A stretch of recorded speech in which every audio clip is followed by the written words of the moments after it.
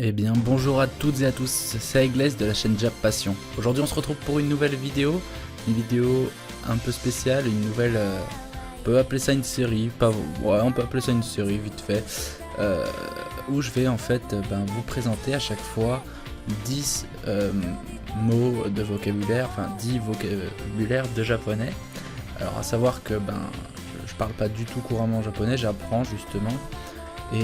Et voilà, donc je vais vous présenter des mots de vocabulaire à chaque fois. Donc n'hésitez pas aussi à me demander si vous préférez peut-être un peu mieux étudier les kanji plutôt, ou quoi que ce soit. En tout cas, si vous cherchez à apprendre vraiment correctement, enfin entre guillemets correctement, si vous cherchez juste à apprendre la grammaire, tout ça vraiment dans l'ordre, je vous conseille une chaîne qui s'appelle Cours de japonais. Sur YouTube, donc peut-être vous la connaissez déjà, hein, c'est très probable. Il doit avoir 50 000 abonnés, et c'est lui qui m'a un peu motivé à commencer le japonais. Et du coup, je vous mettrai le lien dans la description parce qu'il fait du super boulot.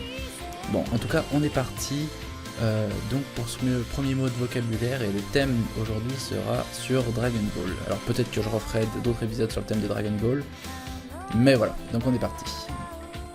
Numéro 1. Genki.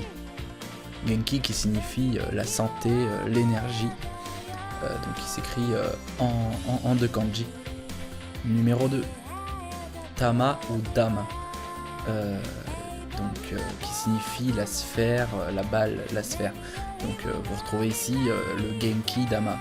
En gros, ce qui signifie en gros que de l'énergie, la santé, l'énergie, donc que les terriens, par exemple, envoient à Goku quand il fait son Genki Dama. Numéro 3, Songai.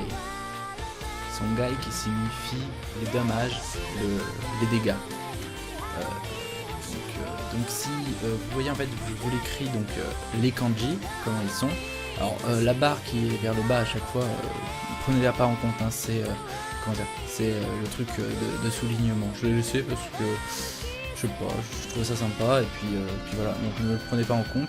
Et c'est vrai que du coup, juste en dessous, je le marque à chaque fois en romaji, et du coup, j'ai pas écrit en katakana ou hiragana.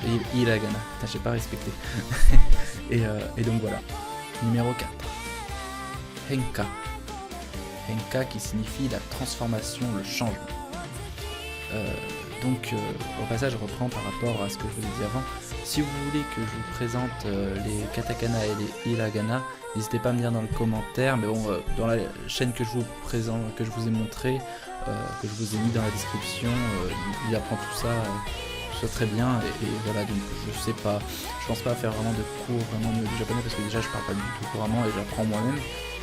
Et puis comme j'apprends en regardant ces vidéos, en me renseignant un peu à droite à gauche sur internet ou quoi que ce soit, c'est vrai que j'aurais l'impression juste de recopier des choses que j'ai déjà vues, étant donné que j'ai pas le niveau de parler couramment. Numéro 5. La force. Alors, la force qui se dit Tarioku. Avec le kanji d'ailleurs du katana. Et qu'est-ce que je voulais vous dire par rapport à ça? Donc oui, c'est la force physique, hein. Voilà, c'est la force physique. Numéro 6. Wakuse.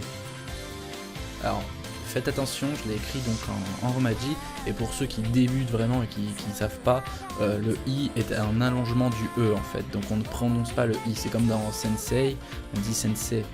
Donc voilà, et portez pas attention sur la barre qui dépasse totalement, j'avais pas fait attention. Numéro 7. Uchu.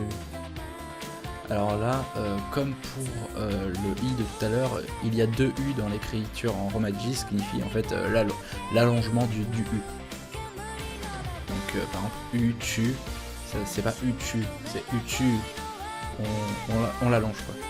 Et là donc du coup en deux kanji. Et à ne pas confondre l'univers, c'est l'univers forme cosmique quoi, l'univers quoi, et pas confondre avec le monde qui se dit Sekai. Numéro 8. Kami. Alors Kami, ce qui signifie Dieu, ce qui signifie vieux. Attention, pour la même prononciation, il y a Camille signifie aussi les poils ou les cheveux, je sais plus. Et si je dis pas de conneries, la feuille, un délire comme ça. Il me semble que c'est ça. Et donc après, la nuance, c'est que c'est pas le même kanji tout simplement. Mais la même prononciation. Numéro 9, Bakuhatsu, ce qui signifie l'explosion. Numéro 10, c'est donc le dernier, Budo. Budo, qui veut dire les arts martiaux, donc comme vous pouvez retrouver dans Budokai Tenkaichi, ce qui veut dire en gros le tournoi d'arts martiaux, hein, ou comme dans les jeux Budokai Tenkaichi, tout simplement. Et aussi ce que je voulais rajouter, par rapport à ça, c'est que le trait qui est sur le haut signifie en fait un allongement. En gros, c'est pareil que tout à l'heure. Normalement, le O s'allonge avec un U quand on écrit. On a deux façons d'écrire. C'est soit tu le mets avec un U pour allonger le O, soit sur ordinateur ou même par écrit, tu rajoutes la barre. En tout cas, c'est tout pour ce premier. On peut pas vraiment appeler ça un cours, mais c'est tout pour ces premiers mots de vocabulaire avec le thème de Dragon Ball. J'espère qu'ils t'auront plu, j'espère que tu n'auras pas trop de mal à les mémoriser, à les apprendre. Alors n'hésite pas à t'entraîner à bien les écrire, à mémoriser un peu les kanji, hein, quand tu les écris, c'est important quand même. Donc comme je disais en début de la vidéo, si vous voulez vraiment que je m'intéresse particulièrement aux kanji avec leurs différentes lectures et que je vous les présente, n'hésitez pas à me dire en commentaire. En tout cas, si cette vidéo t'a plu, n'hésite pas à laisser un like, ça me ferait hyper plaisir. Et puis on se retrouve peut-être pour une prochaine vidéo. Salut tout le monde!